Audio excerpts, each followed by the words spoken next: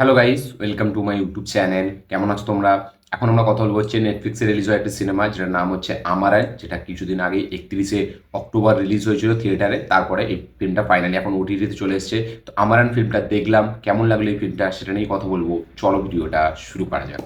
তো কেমন হলো শিবা কার্তিকেয়ার লাইফের হাইয়েস্ট গ্রসার সিনেমা আমারান, যেই সিনেমাটা 300 কোটি টাকার বক্স অফিস কালেকশন করেছে। ইয়েস, শিবা কার্তিকেয়ার কেরিয়ারের সব থেকে বিগেস্ট একটা মানে বক্স অফিস যে সিনেমাটি করেছে সেটার নাম হচ্ছে আমারান। এই সিনেমাটার বাজেট ছিল দেড়শো দেড়শো কোটি টাকার মতো, ঠিক আছে। কিন্তু ফিল্মটা মানে রিলিজ হওয়ার পরে পজিটিভ ওয়ার্ড অফ মাউথের কারণে এবং আস্তে আস্তে লং রানে ফিল্মটা দারুণ একটা হোল্ড দেখায় এবং ফাইনালি 300 কোটি টাকা প্লাস বক্স অফিস কালেকশন নিয়ে আসে। তো ফাইনালি এখন ওটিটিতে আসলো ফিল্মটা, দেখা যাক ওটিটি রিসেপশন কিরকম আসে। তো আমার কেমন লাগলো এই ফিল্মটা, এক লাইনে যদি আমি বলি, আমার এই ফিল্মটা কিন্তু একটা ওয়ান টাইম ওয়াচ, একটা ঠিকঠাক ফিল্ম মনে হয়েছে, ঠিক আছে। মানে একটা ভালো ফিল্ম, ওয়ান টাইম ওয়াচ, একটা যেহেতু আর্মি বেসড ফিল্ম, ঠিক আছে। এবার এই ফিল্মটা যারা জেনারেল অডিয়েন্স দেখবে, ঠিক আছে, তাদের কিন্তু এই ফিল্মটা ব্যাপক লাগবে। কারণ এই ফিল্মের মধ্যে দেখানো যে প্রেমের গল্প, এই ফিল্মের মধ্যে দেখানো একটা হাজব্যান্ড ওয়াইফের সম্পর্ক, এই ফিল্মে দেখানোর প্রত্যেকটা ইমোশন এই ফিল্মের খুব ওয়ার্ক করে। সেটা ফ্যামিলির সাথে হোক, ঠিক আছে, সেটা মানে আর্মির যারা বন্ধু কালিগস তাদের সাথে হোক, ঠিক আছে, এখানে মানে তার ওয়াইফের সাথে হোক, যে কটা এখানে সম্পর্ক দেখিয়েছে, রিলেশনশিপ, সেটা কিন্তু খুব ডেপথে দেখিয়েছে। এবং এই ফিল্মটার সব থেকে স্ট্রং পয়েন্টই হচ্ছে এই মানে ইমোশনস এবং এই সম্পর্কর দিক থেকে মানে প্রত্যেকটা ইমোশন, সেটা কোনো দাদা বোনের হতে পারে, সেটা কোনো মানে গার্লফ্রেন্ড বয়ফ্রেন্ডের হতে পারে, সেটা কোনো মানে বাবা ছেলের হতে পারে, সেটা কোনো শ্বশুর মানে জামাইয়ের হতে পারে, সেটা কোনো বন্ধুর, এই যে আর্মি যারা বন্ধু আছে তাদের সাথে হতে পারে। তো প্রত্যেকটা ইমোশন খুব ভালো ওয়ার্ক করে।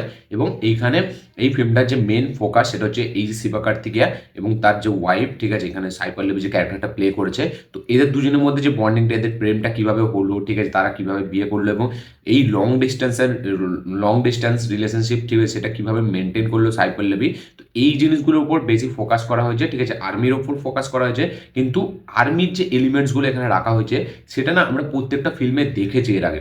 মানে যারা একটু ফিল্ম দেখে তারা বুঝবে। আমি যদি মেজরের কথা বলি, ঠিক আছে, মানে আমাদের ওই ইয়ের এসেছিল মেজার, ঠিক আছে, হিটের যে হিরোটার নামটা আমি খালি ভুলে যাই ওর। তো নামটা এই মুহূর্তে ভুলে যাচ্ছি। যাই হোক, মেজার ওই সিনেমাটি আরডি বিশেষ, ঠিক আছে, ওর সিনেমাটি হিরোটার নাম হচ্ছে আরডি বিশেষ। তো ওর যে মেজার সিনেমাটি আমি দেখেছিলাম সেটাও কিন্তু আমার খুব ভালো লেগেছিল। সেটাও একজনের বায়োপিক ছিল, উন্নি কৃষ্ণন না কার বায়োপিক ছিল। এখানে মেজর মুকুন্দের বায়োপিক আমরা দেখতে পাচ্ছি, শিবকার্তিক আছে ক্যারেক্টারটা প্লে করছে। তো মেজর সিনেমাটা আপনি যদি দেখেন, ঠিক আছে, সেইখানেও যেরকম মানে প্রেমের স্টাইল, একটা প্রেম হয়, ঠিক আছে, তারপরে সে আর্মিতে যায়, তারপরে কি কি হয়। শেরশাতে যদি আপনি দেখেন, ঠিক আছে, কাইন্ড অফ শেরশার যেমন খুব রোম্যান্টিক দিকটা খুব পপুলার হয়েছিল, মানে লাভ লাইফটা খুব ভাইরাল হয়েছিল মানে ওই ফিল্মটার মধ্যে, ঠিক আছে। গানগুলো খুব সুন্দর, স্ট্রং, পজিটিভ একটা পয়েন্ট ছিল। আপনি যদি আরও দেখেন, আরও অনেক ফিল্ম আছে আর্মির মধ্যেই, ঠিক আছে। আমার এখন এই মুহূর্তে মনে পড়ছে না, কিন্তু অনেক ফিল্ম আছে। আমি রিসেন্ট টাইমে আর্মি বেসড অনেক ফিল্ম দেখেছি, ঠিক আছে। তো সেই ফিল্মগুলো যেরকম টেমপ্লেট, এই ফিল্মটারও সেম টেমপ্লেট, মানে সেই মানে একটা ধরুন ইন্ডিয়া পাকিস্তান, ঠিক আছে, বা কাশ্মীরের যে অ্যাঙ্গেলটা সেটা দেখাচ্ছে।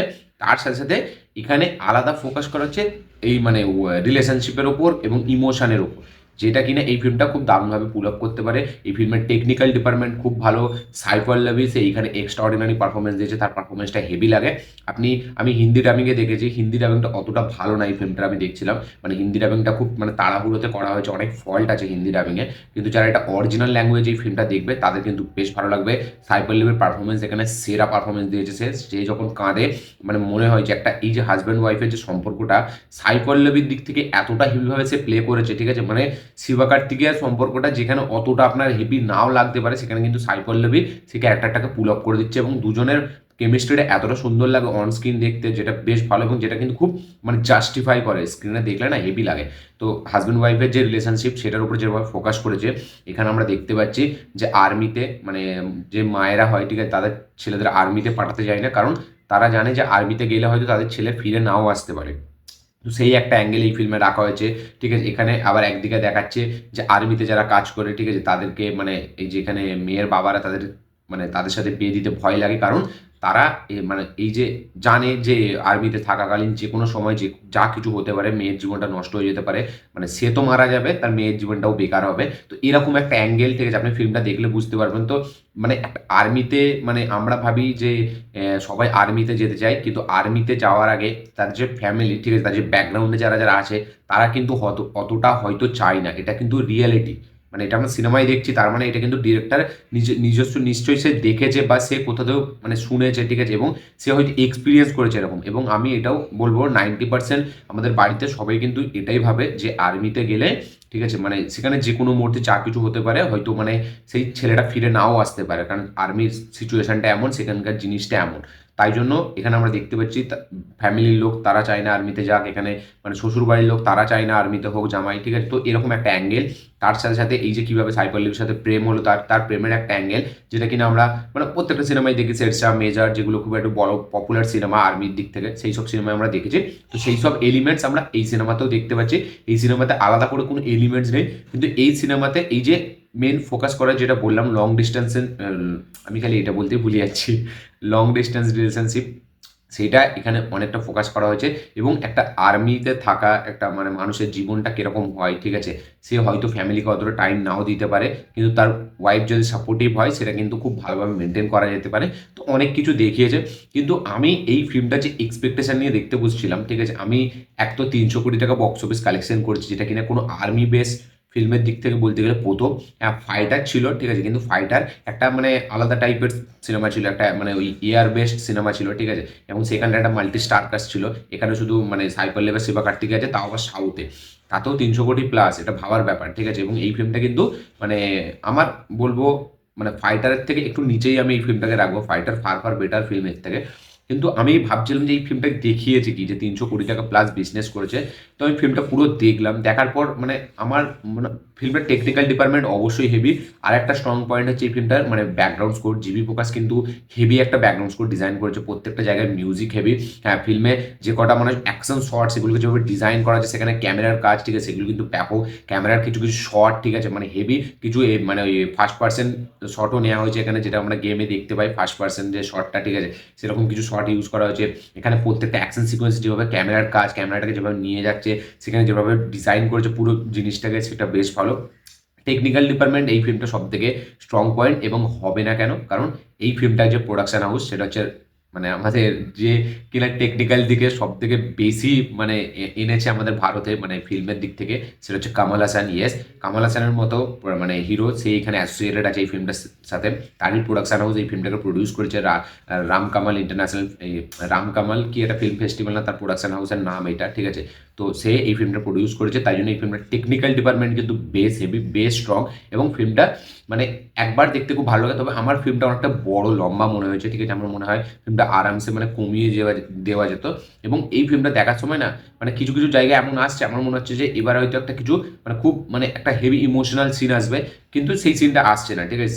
আমরা পরে সিনটা দেখছি অন্য টাইপের হয়ে যাচ্ছে। তো এইখানে মানে কিছু কিছু সিন মানে এই যেখানে ইমোশন আছে, ঠিক আছে, যেখানে ইমোশনাল সিন আছে, মানে ইমোশন তো আছে, তার সাথে সাথে ইমোশনাল সিনও আছে, কিন্তু সেটা আমার কাছে কোথাও সেইভাবে হেভি ওয়ার্ক করছে না। এবার সেটা হিন্দি ডাবিংয়ের জন্য নাকি মানে কোনো অন্য প্রবলেম, নাকি সিনটাই ওই রকম করেছে, সেই জন্য আমার মনে হচ্ছে হিন্দি ডাবিংয়ের জন্য আমার কাছে অতটা ওয়ার্ক করেনি। কারণ মানে আপনি এখানে ক্লাইম্যাক্সের যে সিনটা আছে, সেখানে সাই পল্লবীর পারফরমেন্স হেভি, ঠিক আছে। এবং এই এই যে ক্লাইম্যাক্সটা, ঠিক আছে, মানে শেরশাহ যেরকম ডিজাইনিং করা ক্লাইম্যাক্সটা, সেখানে যেরকম মানে সবাই কাঁদছে, খুব এগোচ্ছে, এখানে কিন্তু ডিজাইনিংটা আলাদা।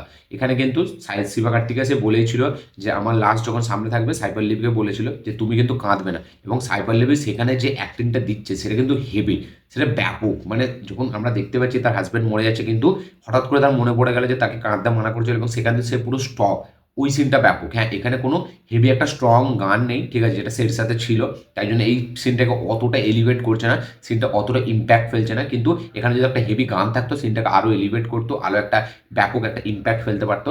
তো এই ফিল্মটা আমার আমার কাছে আমি যদি বলি, ঠিক আছে, আমার একটা ওয়ান টাইম ওয়াচ, একটা ডিসেন্ট ঠিকঠাক ফিল্ম মনে হয়েছে, বেশ ভালো টাইম পাস করা যায়। একবার ফিল্মটা দেখলাম ব্যাস। আমার কিন্তু এটা কোনো যে একটা মানে রিপিটেটিভ বিশালবার দেখতে পাবো এরকম একটা ফিল্ম আমার মনে হয়নি। আমি জানি না 300 কোটি টাকা কেন কামিয়েছে, বা সেখানকার অডিয়েন্স এটার সাথে কোনো জুড়ে আছে নাকি, ইমোশনাল কানেকশন আছে নাকি তাদের সাথে, মানে ওই আর্মির যে ক্যারেক্টার ছিল ও মেজর মুকুন্দ, সেটা আমি জানি না। কিন্তু আপনাদের এই ফিল্মটা কিরকম লেগেছে অবশ্যই কমেন্টে লিখে জানাবেন যে আপনাদের কি রিয়াকশন আমার ফিল্মটা দেখার পর। যারা থিয়েটারে এক্সপিরিয়েন্স করেছেন তারাও বলবেন যে আপনাদের থিয়েটার এক্সপিরিয়েন্স কিরকম ছিল এই ফিল্মটা বড় স্ক্রিনে দেখার সময়। আমি ছোট স্ক্রিনে দেখেছি বলে হয়তো ভালো লাগছে না, নাকি কেন কি জানি, ঠিক আছে। কিন্তু আমি শেরশাহও দেখেছি, মেজারও দেখেছি, ঠিক আছে? মানে আমি একটু আর্মি বেসড ফিল্ম মানে আমার খুব একটা আহামরি কিছু সেরকম মানে এক্সপেকটেশন রেখে আমি দেখতে যাই না, এবং আমার খুব একটা হেভিও লাগে না যে বিশাল কিছু দেখবো। কিন্তু শেরশাহ আর মেজার যদি দেখেন আপনারা, সেখানে সেই ইমোশনগুলো ওয়ার্ক করে। তো এইখানে আমার কাছে ইমোশনগুলো খুব একটা হেভি ওয়ার্ক করে না, ঠিক আছে? কিছু কিছু জিনিস, কথাবার্তা, কনভারসেশন যেগুলো মানে একটা রেলিভেন্ট আজকালকার দিনে, সেইগুলোর সাথে আমি কানেক্ট হয়েছি, কিন্তু বাকি পুরো যে ইমোশন আছে সেটার সাথে আমি কোথাও সেই কানেকশনটা আমি পাইনি, ঠিক আছে? তাই জন্য হয়তো আমার অতটা হেভি লাগেনি। তো আপনাদের কি বক্তব্য অবশ্যই কমেন্টে শেয়ার করবেন লিখে, যে আপনাদের কি রিয়াকশন এই ফিল্মটা দেখার পর। যারা দেখেনি, দেখবেন ভাবছেন, গিয়ে দেখুন, দেখে অবশ্যই কমেন্ট করবেন আপনাদের কি রিয়াকশন। তো এইটা ছিল আমার রিভিউ। ভিডিওটি যদি ভালো লাগে থাকে লাইক শেয়ার কমেন্ট করে দেবেন। চ্যানেলকে নতুন হলে চ্যানেলটিকে সাবস্ক্রাইব করবেন, বেল আইকন করে প্রেস করতে ভুলবেন না। দেখা হচ্ছে পরের ভিডিওতে, ততক্ষণের জন্য।